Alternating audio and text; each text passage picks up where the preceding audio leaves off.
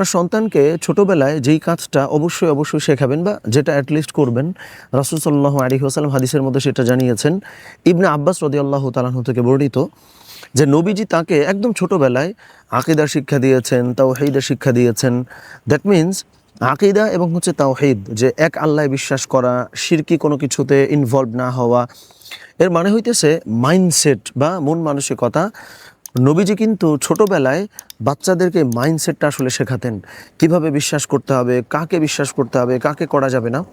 So আমরা খুব করে এই চেষ্টাটা করব, আমরা যারা দেশে আছি বা দেশের বাইরে আছি, আমার সন্তানের মাইন্ডসেটটা আমি যথাযথভাবে আসলে শেখাইতে পারছি কিনা। এটা করলে আমি আপনি কিন্তু সেফ বা আমি আপনি কিন্তু নিরাপদ। কারণ ওই যে নবীজি সাহাবীদেরকে ছোটোবেলায় যা শেখাইতেন, আমি আপনিও কিন্তু ছোটোবেলায় আমার সন্তানকে তাই শেখাচ্ছি। তো এই দুশ্চিন্তায় আমাদের আর থাকবার প্রয়োজন নাই যে আমি আমার সন্তানকে কী শেখাবো অথবা কী শেখাবো না। নিঃসংকোচ নিশ্চিন্তায় আপনি আপনার সন্তানকে এই মাইন্ডসেটগুলো ছোটোবেলায় শিখিয়ে দেবেন, তাহলে আপনি কিন্তু সেফ ইনশাআল্লাহ।